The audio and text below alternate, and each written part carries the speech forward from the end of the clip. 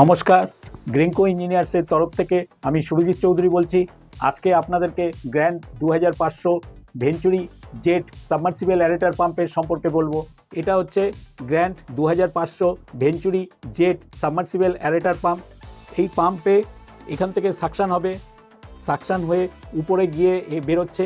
এখান থেকে এয়ার নেবে, এয়ার নিয়ে এয়ার আর জল মিক্স আপ হয়ে, অক্সিজেন মিক্স আপ হয়ে আপনার ট্যাঙ্কের মধ্যে ছাড়বে।